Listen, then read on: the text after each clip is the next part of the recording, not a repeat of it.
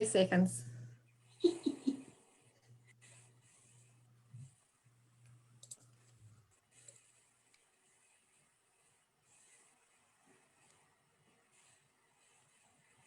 Hi everybody and welcome to our Scottish Autism Facebook Live. It's the last one of 2020, what a year that's been, and I'm so delighted that we're spending it with our old friend, our dear friend, shouldn't call you our old friend, Peter Vermeulen. The best thing to come out of Belgium, in my opinion. Welcome, Peter. Thank you very much for the invitation, Charlene. Happy to be there with you again. It's lovely, and you win the shirt competition once again. And you brought some festive cheer as well behind you there. Yes, I spent whole morning decorating my living room, and I thought this time I won't go for a virtual background. I have a real background to make it as real as possible. Well, it's lovely. And of course, we're going to be talking about trying to have a more peaceful and relaxing Christmas. So I was really interested to hear just before we came on air that Peter has been spending lockdown thinking about happiness and how to enable happiness for autistic people, and has been developing happy training and is working on a pilot really with some folks in Northern Ireland looking at happy coaching. So that sounds like a great place to be, actually, despite all the madness that we're putting up with. Really good. So I'm going to hand over to Peter, and I'll see you later for the Q&A. Thanks, Peter. Thank you very much, Charlene. And indeed, well, this is a time that we share my screen now. Yes, here it is. This is a time where normally we all are relaxed because of the time of the year, and this time it's a little bit more difficult, but we can still have our Christmas tree in the house and we can have some lights, but we can also learn to relax ourselves. And what I'm going to try to do here is to talk a little bit about different forms of relaxation and how we can make them autism friendly, so that autistic people, from children to adults, with or without additional learning difficulties, can learn to relax themselves a little bit. And this is really necessary, this relaxation. Why? Well, because I think most of us for the moment are feeling a little bit like this. I am a little bit feeling like this. And, you know, it's been a tough year for all of us. Maybe it's time to start thinking, okay, how can we make the best of the last 10 days of this year and train ourselves a little bit to calm down. And there's many things that can help us relax, and I covered some of them when I did the session on how to become your own coach. Routines are very important, you know, because then your brain gets some time off. Doing some favorite flow activities, physical exercise is important. I know it's winter, it's not the best time of the year, but we should go out even in winter time. Massage, music, some sensory pampering, hot baths or whatever, some scented candles, whatever your sensory system loves. I will focus on relaxation because there's many things we can do to relax, but I will focus on a couple of techniques that I want to talk about, and I will not cover mindfulness and meditation for the simple reason that this is already being covered at Scottish Autism with the sessions by Johnny Drury. And I think tomorrow morning there's another session. So I think I'm not an expert either in mindfulness and meditation. I will not talk about yoga either. And there's two reasons why I will not talk about yoga. And the first one is that there are so many different styles of yoga. And, you know, it's impossible to cover all these differences in a short live event like this. There are ones that are more like sport activities, which require a high degree of activity. Other ones are more like meditation.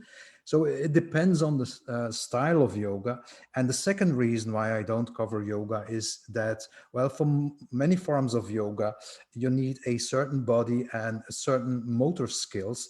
And many of those required skills I am lacking. I'm unable to do. So I thought, if I'm not able to do it, I should talk about things that everybody can do it. And I'm not that old yet, but I tried the one indicated by the blue arrow up there, which is one of the easier poses in yoga. And I can assure you, and I can show you the result, me doing that. It ended like this. Okay, I know there are easier poses like the Sukhasana, but still that one, if I put my legs like that, for 10 minutes, I can't stand up anymore. And I can't cycle for the next 2 weeks. So the only pose I can do in yoga, and I'm not the only one, I think, is, and I'm not saying yoga is not good. On the contrary, I know people who benefit a lot from yoga, but the only pose I can do is this pose, Savasana, also known as the corpse pose. You pretend to be dead, you just lie there. And that's the pose that is used in some of the relaxation techniques that I will cover. Okay, so I'll talk about classical relaxation. And relaxation, the whole idea behind it is that, you know, body and mind are linked to each other. It is shown in research, for instance, that if you start thinking about physical exercise, so imagine yourself now cycling uphill or running uphill in one of the beautiful Scottish mountains, thinking about that and trying to visualize it and concentrating on that will increase your heart rate, although you're still sitting on your chair. So, okay, so mind and body influence each other. Sometimes it's very difficult to get your mind into a peaceful state, to relax your mind. I can't do that very well, and that's why mindfulness is a thing that doesn't work very well for me. I have difficulties doing that. And sometimes I think many of you will agree it's difficult to stop all the old thinking up there, all the worries, all the negative things. But since body and mind are linked, it's maybe easier to make your body relaxed, because if your body is going to be relaxed, your mind will also relax. What do you need to do that? Well, in order to relax, there's a couple of things you need. Well, first of all, you need the right circumstances. It's very difficult to do relaxation exercise when you're sitting in a full bus, or when you're in the middle of a busy shopping center, which nowadays I think we're not even allowed to go there anyway. But you need to create some circumstances. You need to be motivated, and well, I'm not talking about yes, I want to relax, but see the benefits of what you're doing to relax. You also need some planning and organization, and some time. It takes some time. You need some concentration. You need some patience, and I'll explain why patience is involved in teaching to relax yourself. And you need to know your own body. Now, these are all kind of conditions that need to be there in order to relax yourself, but they are not always obvious for an autistic person. And I will give examples of how you can take into account these difficulties and what you can do about it to still work on relaxation. And the biggest difficulty is this one. Relaxation requires you to know your body and to feel your body, and to feel the tension, or to feel whether muscles are relaxed, to feel whether you're stressed or not, and that you need to relax. And we know that interoception is affected in autism. Now, there's ways to go around it. For instance, these smartwatches, these Fitbits, or even apps that measure your heart rate, and that can tell you, okay, you're now in that zone. Mine is using colors. So when I'm cycling uphill, I'm in the red zone, but sometimes also I'm in the orange zone while I'm not cycling. Then I know, okay, Peter, you're stressed here. You need to do something to calm down and to relax. If you're not into high tech, there's these stress meters that are being used with children, with youngsters and adults on the autism spectrum. I don't like the stress meters. I would like to call them the relaxation meters, because then we focus too much on the negative again by asking them, how stressed are you? You could also ask, how relaxed are you? And you can even use a relaxation ladder where you say, okay, at the top, I'm calm. Where are you? And with the pin code, you put where you are. Okay, so we need to support autistic people to recognize the stress and the relaxation in their body. What we also need to do is explain what relaxation is. And yes, you could visualize, with showing photographs. But if you take a look at this one in an autistic way, what does it say about relaxation? Well, first of all, it says that you need to be able to sleep while sitting, because these ladies are asleep while sitting. You also think, okay, relaxation is always in group and it's only for women. And you know what? You need to wear these black tight leggings, otherwise you can't do relaxation. And oh Jesus, what if you don't have a purple mat at home? Then you can't relax. So what we need to do is explain what relaxation is, and just as with all the other activities, structure the relaxation. For instance, here's just a little agenda for a relaxation session. What will we do? How long will we do it? And so on. Be careful with the words you use in relaxation as well, because often it's said, the moment the activity works well, you will feel a little bit sleepy. Now, does that mean you fall asleep during relaxation? No. What we should do is like here and saying, okay, you are alert in the beginning of the session, and we're not going into the sleep phase, because that could even frighten some autistic people. Think, oh, I will fall asleep and I'm not allowed to fall asleep in school or wherever you do the relaxation teaching. So we teach them whole process. Okay, you will get calm and then you will get relaxed. And at the end of the session, we will talk you through to be alert again. And there's no sleeping involved. So we need to visualize a couple of things. Another thing we need to visualize and to adapt in the relaxation is, and that's why I use the word patience. If you start doing relaxation exercises, you will not notice the effect tomorrow. This is a form of conditioning both of your body and your brain. And this is teaching your brain a new routine. And well, on average, it takes 30 days to teach yourself a new routine. And in terms of after 30 days, it will be easier and you will be able to do it without too much mental effort. So here's an example of what we could use and say, okay, we have, again, we are motivated, new year, again, all these things we're promised to do in the new year. And one of the things is I'm going to teach myself to relax. So you start on January the 2nd. Well, the first month you won't notice much effect. It will maybe start in February, because most people experience some effect after a month if you practice enough. But actually only after 4 months the effects are stable and significant. And this is what we need to show, because autistic people would say, okay, and I already did 1 week my relaxation exercise every day and I still am stressed. No, it's not because you teach yourself to relax that you're not stressed anymore. So therefore we need to plan it. And this is an example of an agenda of the National Autistic Society. And what I like about it is you need to plan it every day. If you want to teach yourself relaxation techniques, you need to do it every day, the first month at least. And after a while, it will go, you can even shorten it down. Okay, so what can we do? You have progressive muscle relaxation, autogenic training, those are the classical ones, breathing exercise, and I will do a demonstration on the breathing and a little bit autogenic training at the end. And you can use pictures and music. Here too, what is important is one size does not fit all. So it's good that for if you are an autistic person yourself, that you start exploring different techniques before you say, okay, I choose for this one. There's YouTube videos on almost every relaxation technique. Try them out and see what suits you best. And I will describe a couple of things here and also how to adapt.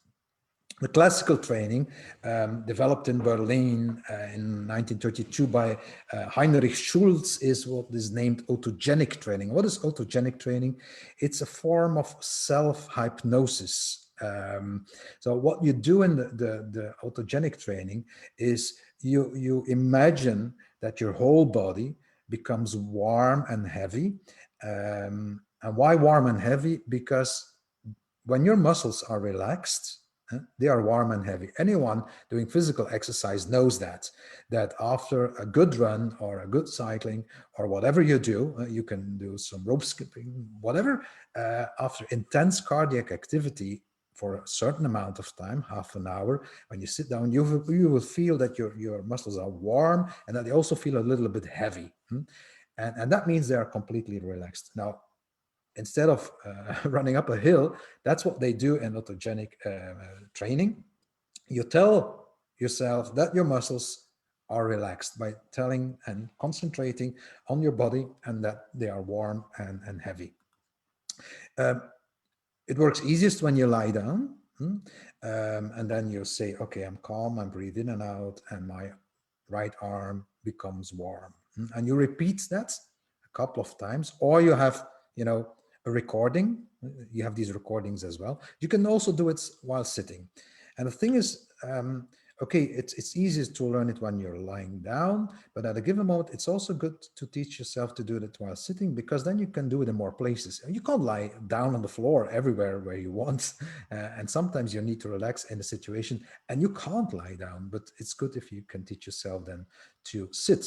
Now, there's a couple of things that might need to be adapted for autistic people. The first thing is, of course, the concentration. Um, and the second thing is, okay, you need to have a body scheme. When we say use your right arm, well, you need to know where that right arm is. And also, again, the interoception. If we suggest warmth and weight, then you need to experience the warmth and the weight. And what if your body is not able to decipher the sensations and to read it? Now, we can help here a little bit by with concrete tools, either by using visuals, like imagine yourself sitting in the sun in the summer, or we can even use objects like a hot water bottle or a warm blanket or a cherry pit pillow that went into the microwave in order to increase the experience of warmth. And this is autogenic training. Also, what needs to be done is, and that's another adaptation, is telling that, well, and that's one of the disadvantages of this form of relaxation. You can't do it in 2 minutes. Well, you can do it after your brain has been conditioned. Just thinking about warmth and weight will help you. But in the beginning, it takes you at least 15, 20, 25 minutes. And I remember the first time I did autogenic training with autistic adults, I asked them to bring a mat or a blanket with them so they could lie down comfortable. And I started with some music, some relaxation music. I had some candle lights to create a relaxing atmosphere. And I started doing the autogenic training with them. And after 2 minutes, one of the guys stood up and said, Peter, how long is this going to take? Now, that's the last thing you need to relax, of course. Someone who is constantly asking how much is this going to take. So I've got to talk about it. Okay, autogenic relaxation, one of the difficulties there indeed is the concentration. It's a form of self-hypnosis, and not every autistic person is able to do that. Well, not every non-autistic person either. So for the people who have difficulties, people like me, who are like more, well, Duracell bunnies, who jump around all the time, who are more active, then the progressive muscle relaxation is a better choice. What is progressive muscle relaxation? It's where you alternate between tension and relaxation of your muscles, not by thinking, but by doing things. And here too, you can do that again while lying down, and you tense the different muscles in your body, and then you relax them. And so you tense them for about 10 seconds, and then you relax them for 30 seconds. And the nice thing about this muscle relaxation, progressive muscle relaxation, is that it's a little bit easier to visualize. And try to visualize, think of your right arm. Well, you can think of your right, you can show a picture of a right arm, but for some autistic individuals, especially the one with learning difficulties, how will you visualize the thinking of? Yeah, you can put the right arm in a thought bubble, but that's too abstract for many of them. So the advantage here is that you can show it because it's doing things. I call this the ADHD version of relaxation techniques, because you do a lot of things in a short time that have the same effect as the autogenic training, because ultimately all relaxation techniques aim at relaxing your muscles. So you can have pictures like these. But here too, be careful. There's a couple of things here too to consider. The first one is, how tense should the muscles be? Are you supposed to blow yourself up like the Hulk? Does it need to be that tense? And again, you need to have a body scheme. And you need to know, okay, what's the order here, and how long, and how many times? All these questions that autistic people all the time have, the W questions. So what you can do here is either you, just as for other activities, we do that for hand washing now. We have these, these visuals telling them the different steps of hand washing during COVID, but we have visuals for other activities. Well, make visuals for your relaxation. And so take 3 deep breaths, squeeze your foot for 5 seconds, and so on. Another thing that also works with children and youngsters is that you use metaphors to visualize. And what you see on the right, for instance, with toes, number 10, pretend you're at the beach and squish your toes in the sand. Using these metaphors sometimes can make it easier for an autistic person to understand what to do and how to do it. And you can even, you can be creative in your visuals. I like this one. It's not the complete muscle progressive relaxation, but it uses an object, and objects can be helpful as well. Like, okay, use one of these stress balls or another ball and hold it between your knees and squeeze it tight. That's a way to make it easier for children to learn these relaxation techniques, because saying, okay, stretch your legs or stretch your back, that's sometimes a little bit too abstract for them. But if you can use an object, it makes it way more concrete. It's also a little bit more playful here. Okay, I'm not sure that the ants are now the most typical animal that could be connected to a form of relaxation, because some people are afraid or anxious about bugs, but anyway.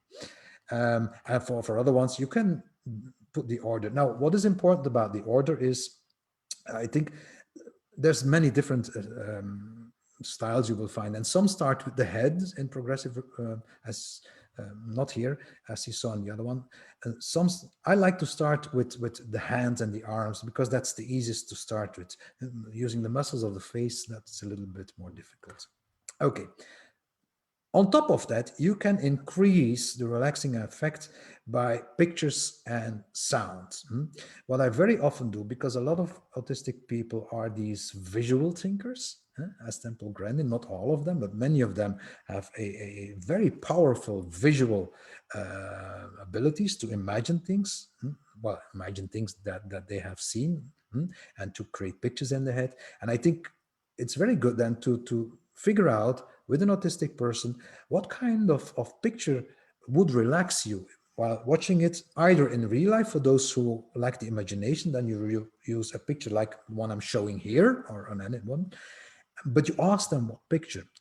One that I very often use, and I do relaxation right now also on Zoom with our autistic adults over here in Belgium.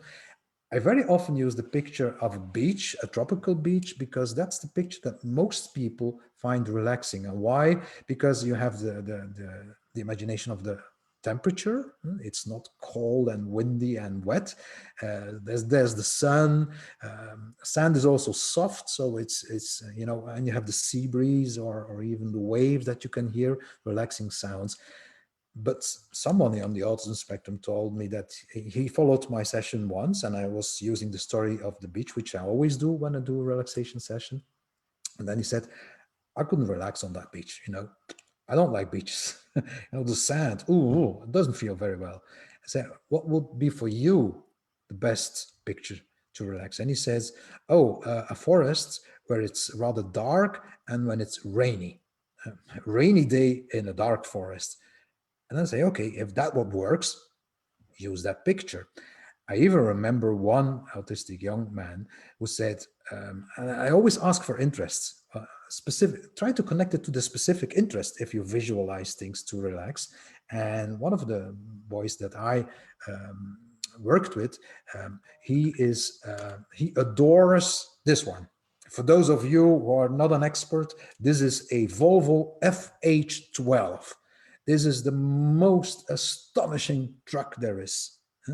And he loves, so, I tell stories when I do relaxation sessions, stories about the beach, but for this boy, I wrote a story about a Volvo FH12. How relaxed you, when you get into the cabin of this beautiful piece of artwork. And then I wrote it in those terms. The same with music. And here I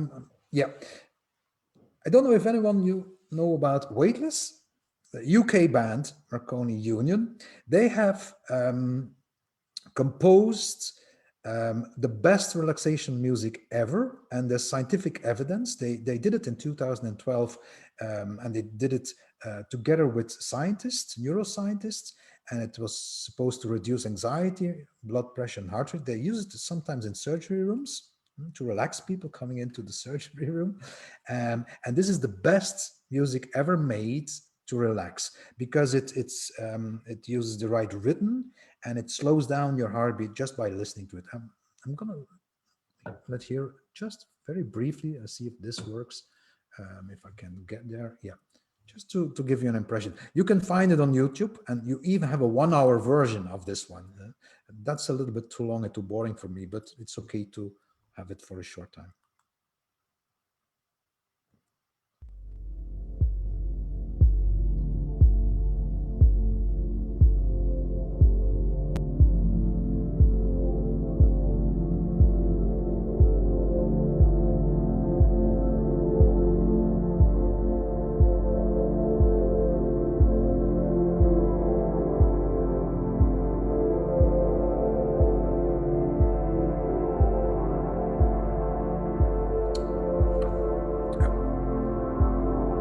Okay, and it continues for for another 10 minutes.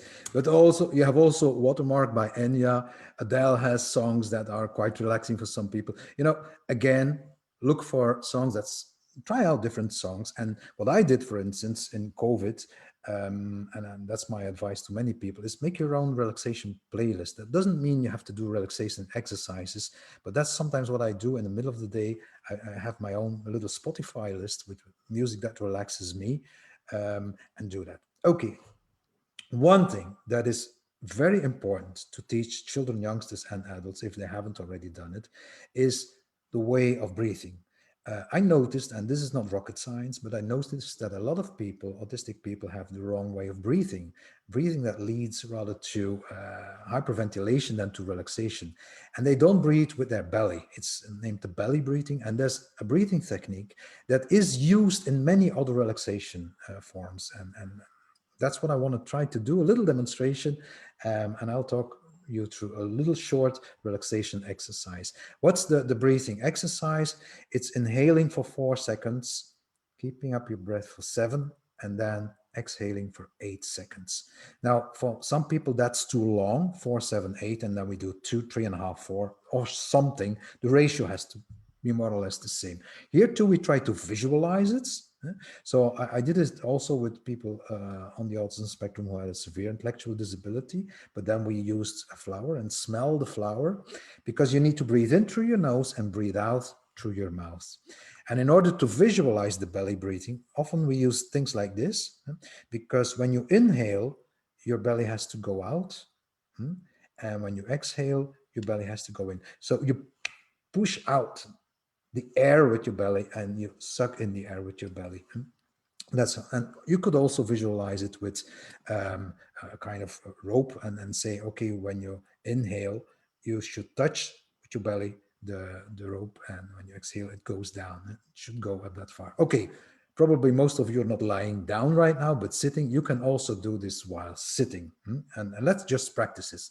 How does it go? So here again, you inhale through your nose, and your belly has to expand, sucking in the air.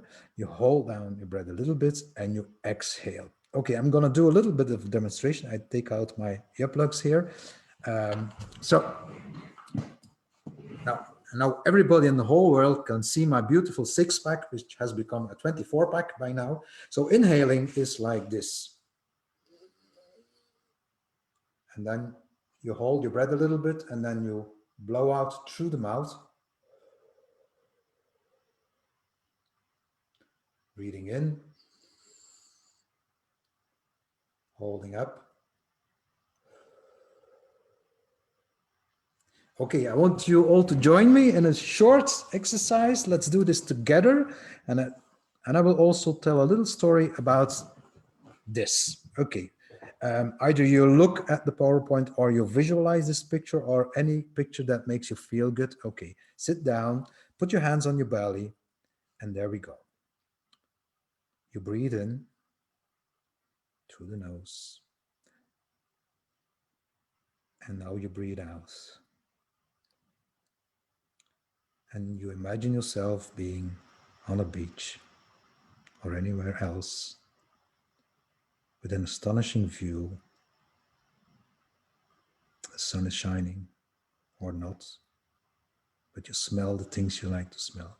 And you breathe in and out. And you calm down.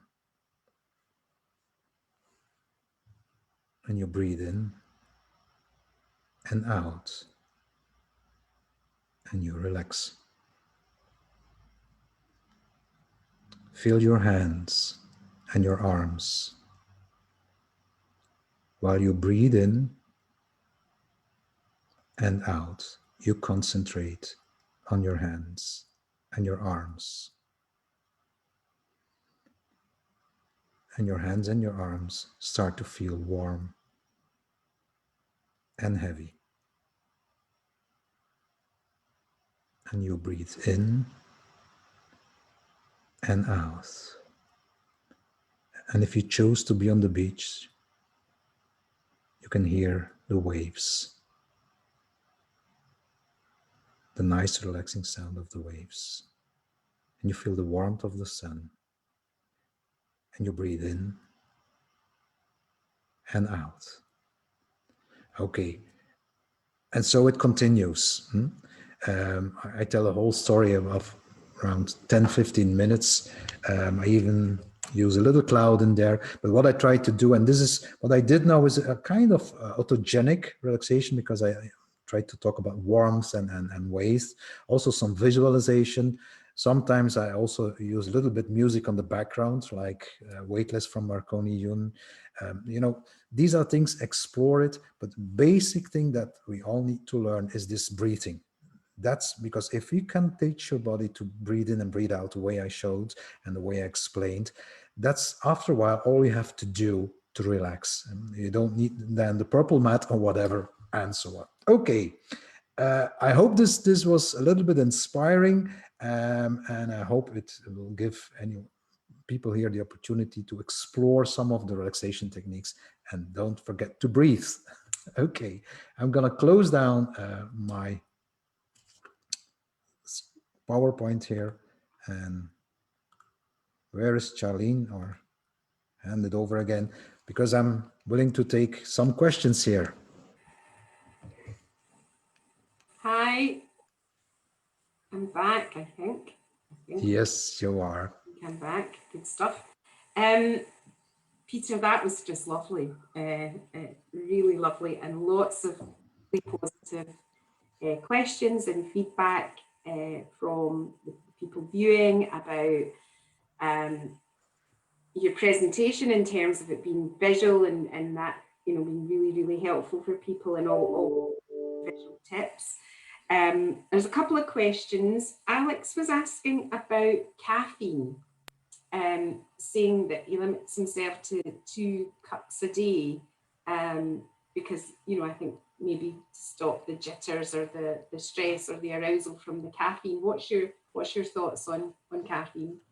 Well, caffeine is a drug that does the opposite of relaxing. It makes you feel energetic. So if you're very sensitive to coffee, I drink a lot of coffee myself, but I try to stop drinking my coffee at 3 o'clock in the afternoon.